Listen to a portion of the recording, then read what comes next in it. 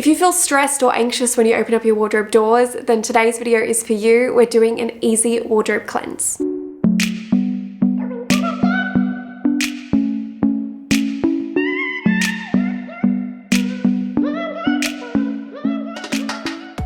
I hope everyone's had a lovely week so far. If you're new here, my name is Alana Hope and I'm a fashion stylist and image consultant based here in Sydney, Australia. This week, the weather has been very in between. I think I jinxed us all last week when I said how beautiful the weather was and that I hoped I hadn't jinxed it, and then here we are and I'm wearing a nip. So, you know, 2020. What I wanted to do is focus on something that I think people are dealing with right now, and that is clothing anxiety and stress when you open up your wardrobe door. That feeling of like, where do you start when you open up that wardrobe? I think for some, there is a lot going on in a wardrobe that isn't just about that person's sense of style. When I open a wardrobe, I can see the phases someone has gone through. I can see the lifestyle changes they've gone through. I can also sometimes see emotions attached to clothing, whether they are memories, impulse buys, whether they are guilt. There's so many different things that we attach to our clothes apart from just feeling like we like wearing our outfits. So today I wanted to talk about the emotional side of clothing and some of the things that you can do just to free up some of that overwhelm. And these are steps that you can take. You don't need to take them all at once. If you're feeling really stressed at the moment, I suggest you just do one of these things and then come back and do another one. There's 6 things in this video that I've got laid out for you guys, so don't feel like you need to do them all at once, but I can guarantee you that once you've done these things, you are going to feel so much better. You're going to feel lighter and you're going to feel like you can focus on just getting ready, putting outfits together, using what you have, rather than just having to sort through all that mental clutter that's in your wardrobe. I find when we have too much to choose from, that can make us feel overwhelmed. When we feel overwhelmed, we feel rushed, we can feel flustered, and sometimes we can put on something that makes us not feel very confident. We can walk out of the house feeling really down or drab or uncomfortable, and that can affect our self-confidence, and our self-confidence can affect our anxiety levels. So if your wardrobe is causing you anxiety, then we really need to get some of these roadblocks out of the way. So let's just jump straight into it.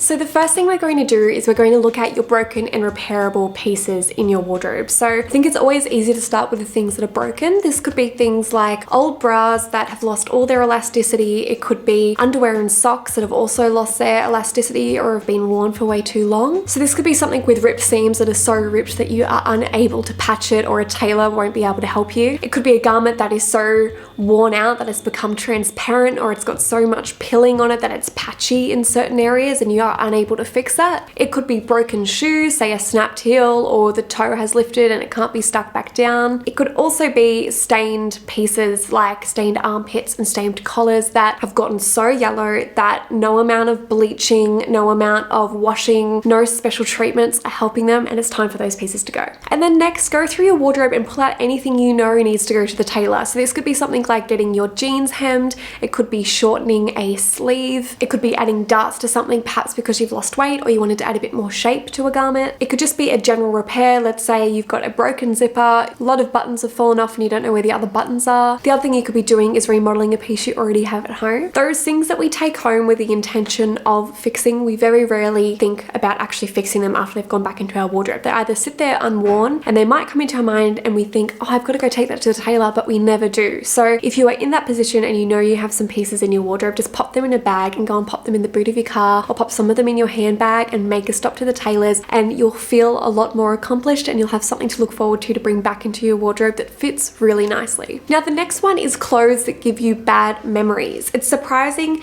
how much emotion and memories we can attach to our clothing. So if you've got something in your wardrobe that reminds you of an ex-partner, it reminds you of a traumatic event, it reminds you of someone that you really didn't like, or an event you really hated, probably a good idea to pass that on, because if every time you look at that piece you think about that occasion, it's not really something you're going to feel that good wearing. And we do sometimes wear our emotions in our clothing, so if you've got something in your wardrobe that's giving you a bad feeling, I think it's time maybe to pass it on, maybe donate that to someone if it's still in good condition, otherwise recycle it. Next is something that is really hard for people to part with, and I completely get it because we feel guilty about it, but it's gifted clothing that we don't wear. So if you've got someone that very thoughtfully bought you, say, a scarf, or constantly buys you tops or dresses, or thinks you like a particular color that you actually don't like, but you don't have the heart to tell them that. What I want you to do is gather those pieces, whether they feel sentimental or you just don't want to offend that person in case you throw it out and then they come asking you with like Murphy's Law the next week saying, oh, how did you feel about wearing that piece? Or I haven't seen you wear that piece. Show it to me. I mean, it's very unlikely that that's going to happen. But if it did happen, I understand the stress of feeling like you don't want to say anything to that person that you didn't like that garment or you don't want to be wearing it. So a really good way to get around that is put all those gifted pieces together, put them in a box, either keep them in the top of your wardrobe, maybe store them under your bed, store them in a drawer somewhere. Just keep them out of your general space that you use every day. That way you're not having to mentally sort through what you can and can't wear or what you do and don't want to wear. So this next one is something that we've all dealt with, and that's dealing with size fluctuation. Whether you will go between 2 or 3 sizes within a year, whether you can change size completely when you're on your period, or whether you've just had some major life changes like you've had a baby and you're trying to get back to your goal weight, or you've gained a large amount of weight and lost a large amount of weight and you're going back into that cycle again. If you have a variety of different sizes in your wardrobe that don't fit you at the moment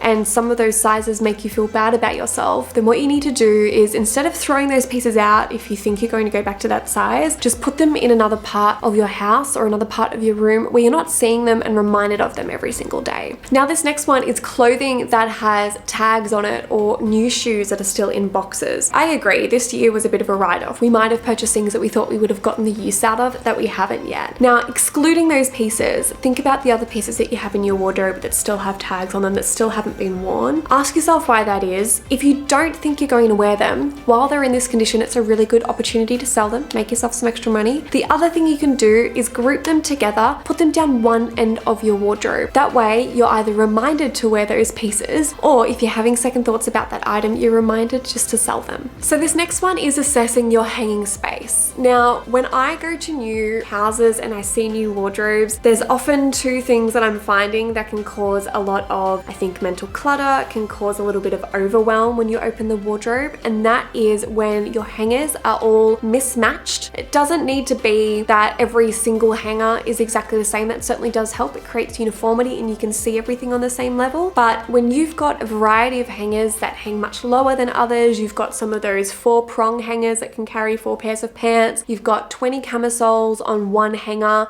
that is too much. You're going to forget about what you've got in your wardrobe and you won't be bothered to go to those items when you've got something else that's easier to get. So free up the hangers that have more than one item of clothing on them. And if you can, get matching hangers. If space is an issue, you can get the thin felt hangers and they're really good. When you have matching hangers, things look a lot neater. Everything's on the same level. The other thing that you want to try and do is create enough space that you can move your pieces in your wardrobe. If everything is so crammed tightly together, it's too much to think about. So try and create a little bit of space between your hangers, even if it's 1 centimeter, like a finger space between your hangers, and make sure all of your hangers are facing the same way. That way when you look through them, you can see what you've got easily. Now, I hope you guys enjoyed today's video and I hope you feel lighter after you've done these steps. If you want to work on your sense of style after doing these steps, I've got a few things you can do. You can either check out a sample of my ebook below, which I'm going to leave down in the description for you guys, or you can jump on over to my capsule plan course